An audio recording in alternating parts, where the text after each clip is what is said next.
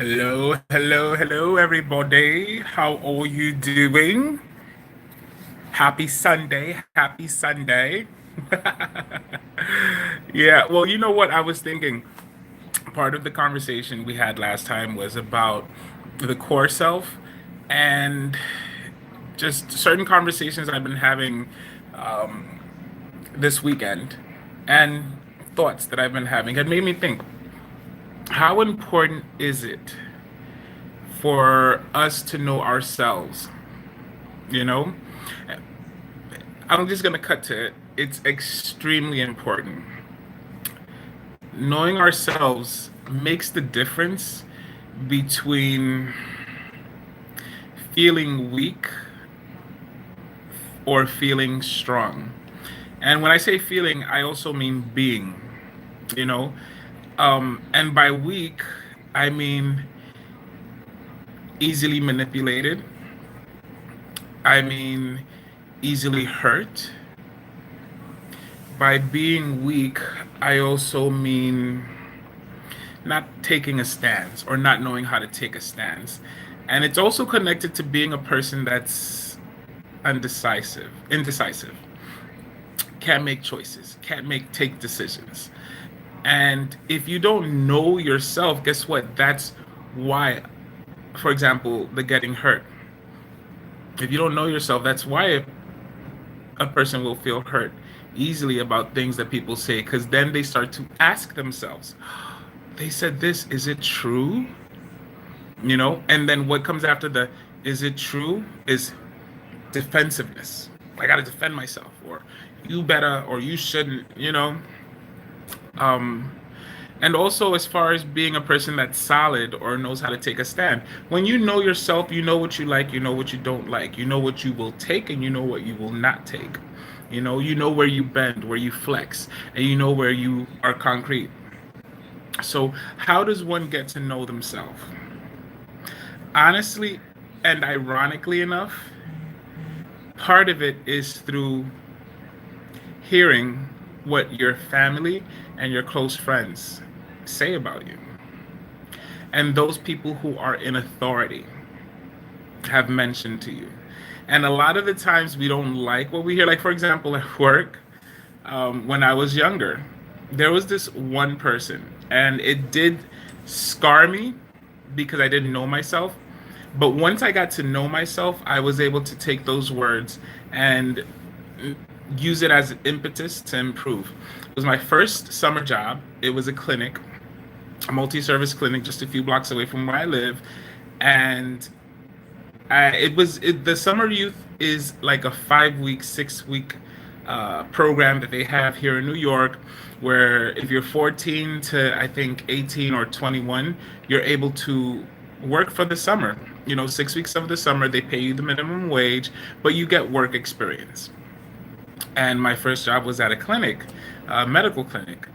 And I remember I messed up the computer system. It was, uh, and to this day, I'm not good with computers. It was a computer that made the clinic card, and I was making a card for someone. I literally pushed a button, and it put the entire system that was connected to three different clinics in the Bronx, put their whole system on the fritz. And when I had to go upstairs to the person that was my supervisor, um, he told me, Marcial, you're the kind of person that makes people fall in love with you and then you disappoint them. You're the kind of person that makes people fall in love with you and then you disappoint them. Those words shattered me because I didn't know myself.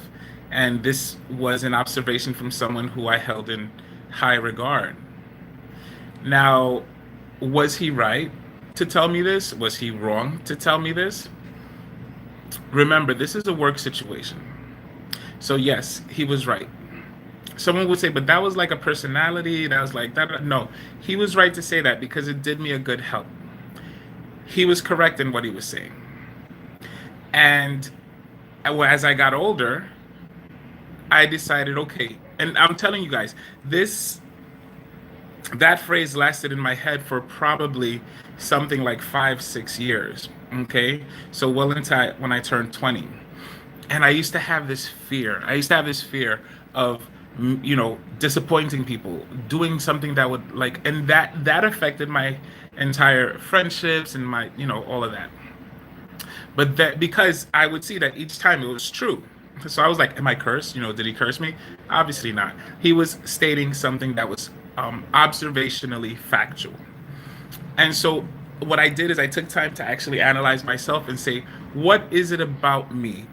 Because it's two things. One, I make people fall in love with me, which I do. And then the other was I disappoint. So I had to analyze myself and say, okay, the first one I want to keep because I think that's a wonderful quality that I have. But the other one, what about me is it that makes people feel disappointed? And it boiled down to two things. All right. First, I was extremely careless. I was very careless. I needed to be watching the buttons I was pressing. If I was careful about what I was doing, I wouldn't have pressed that button that messed up the system. You get what I'm saying? So that was the first thing. I was careless. And I was careless in many different areas in my life. So I decided, okay, I'm going to work on being careful. And I mean literally careful. I cared about every single thing I did.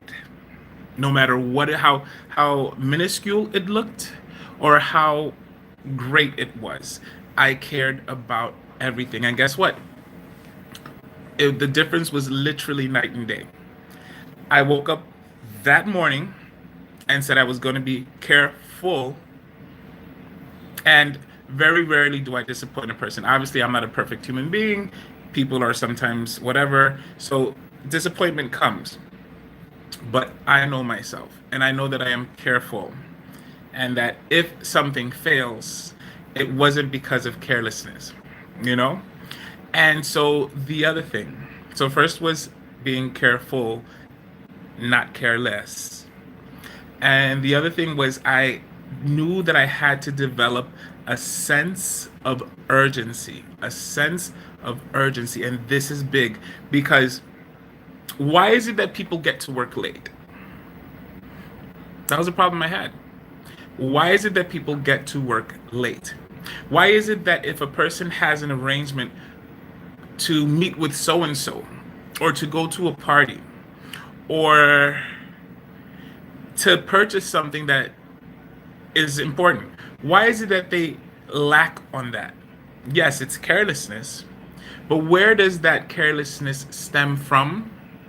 They have a lack of urgency. So, what does urgency mean?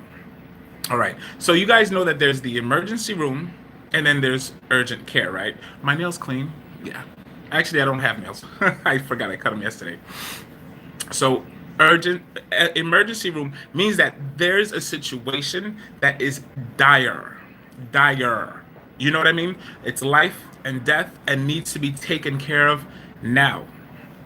Now, urgent care is where there is a serious problem and it does need to be taken care of now, but that problem is not life or death, but it needs to be taken care of now. So having a sense of urgency means that you realize that, okay, the thing is not life or death, but I need to get it done now. I need to get it done now. That's the sense of urgency. And no, it's different from anxiety, you know? Sense of urgency, you're like, I need to get it done. It's important. I must get this done. So for example, going to work. You're supposed to be at work at 9. Why are you getting up at 8:30 to go to work at 9 o'clock, to get to work at 9 o'clock? Is that going to happen? Even if you live across the street, is that going to happen? No. So that means you're lacking a sense of urgency. Sense of urgency is, I need to punch in at 9 o'clock. Why? Because if I'm not, actually, I need to be at work by 8:45. Because If I'm not where I'm supposed to be at 9 o'clock, guess what? There's going to be other people having to pick up my slack. So I'm not going to be just affecting myself. I'm affecting everyone else that works there, whoever it is that has to be supervised, and whoever it is that's being taken care of. Urgency. I need to be there now. It's important. With your spouse or your significant other, your sigil, we tend to lose that sense of urgency. We get comfortable. Okay? We're like, they know who I am. Or even our friends or our family member, they know who I am. Don't worry. Okay, fine. I'm supposed to be there at 4 o'clock, but whatever. I could get that 5 o'clock. CP time. It's all good. No. You have to have a sense of urgency. If you're supposed to be there at 4 o'clock, you know what? That person got there however. They had to take the train, had to take the bus, had to drive, use gas, and they made sure they got there before 4 o'clock. So that should be your motive, your impetus for having urgency. I don't want to be disrespectful to this person's time and energy. You know what I mean? So yeah, it's important to know who you are. And that's the good and the bad. All right. So like as I expressed to you, I know my good and I know my bad. I know that I was hypersensitive. A lot of things used to offend me that didn't necessarily have to. And I was able to analyze myself and understand, wait a minute. If so and so says this and I get offended, well, maybe it's just me being hypersensitive. But that was a good thing because it helped me understand that when it is something that is offensive, then I need to speak up. So I was able to know that about myself. I also knew that I was non-confrontational, and so what that developed in me was this inner tension, and I dare to say inner anger, um, that would explode towards the wrong people at the wrong time. So what I had to learn was, wait a minute, I know I'm non-confrontational, but I need to develop the proper words to express myself at the right time with the person. So I learned, and this is before 21, mind you. So at 20, I decided to make these changes. Um, so I learned that if fulano, which in Spanish is so and so, if fulano said or did something that I did not like, guess what? I was going to talk to fulano at that moment, nip it in the bud. So sometimes knowing your negative, the what people see as negative or you see as negative about yourself, you have to know the truth. If that you have a negative aspect, you have a negative aspect. It's yours. So what are you going to do with it? Are you going to try and ignore it and act like it doesn't exist, or are you going to actually face it head on and see how you can use it for an improvement? You know what I mean? Hi everyone, I see that there's a few people watching. How y'all doing? I hope everything's going wonderful. Happy Sunday. We're talking about the importance of knowing yourself. And why is it so important? It's important because it makes you stronger. It makes you not invincible, but guess what? Things that could hurt you won't hurt you. You know what I mean? And it's also important because it creates a stability where people around you will know who you are, and they'll know how to speak to you, how to work with you, how to show you love and how to receive love from you. You know what I mean? So it's extremely important to know yourself. And like I was mentioning, part of the way of getting to know yourself is you ask people that are your family members, your friends, listening to what your supervisors say about you. It's a big help. It helps you understand that, okay, if they tell you something negative, guess what? Don't get defensive. Don't get defensive. Say thank you and actually analyze it and observe yourself. And guess what? If it's true, it's true. You know what I mean? So, yeah. Do you guys, if whoever's on, do you guys have any questions or any observations or comments you want to say?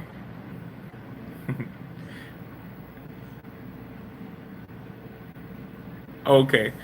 All right. Thank you. So that's the importance of knowing yourself. And once you know yourself, people cannot manipulate you, people cannot mold you. It's important to be malleable in different situations. You guys know what malleable means, right? Malleable means that you can be bent and shaped in certain situations. You know what I mean? But there are situations where you cannot be malleable, where you have to stand your ground. So, how would you be able to do that if you don't know yourself? You get me? Like, even in being malleable, right? So, let's say you're at work and you need to be trained. For example, as a cosmetologist, as a hairstylist, um, let's say I go to work at a salon, and these people have their way of coloring hair and their way of cutting and their way of blowing and their way of pressing. You guys have seen I have my own way, but I have to be malleable and I have to be able to be taught how to do it according to their standards. You know what I mean?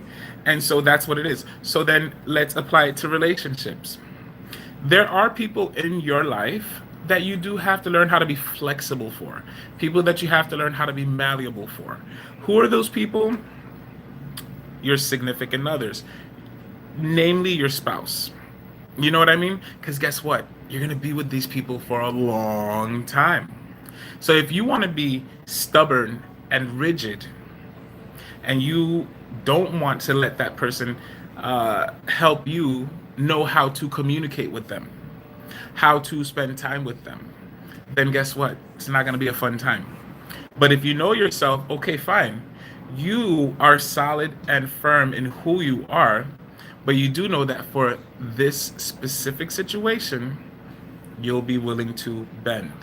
So you're not losing yourself because you know who you are. And if the significant other wants to overstep a bound or try to bend you so much that you might break, you'll be able to quickly say, hold on, that don't work.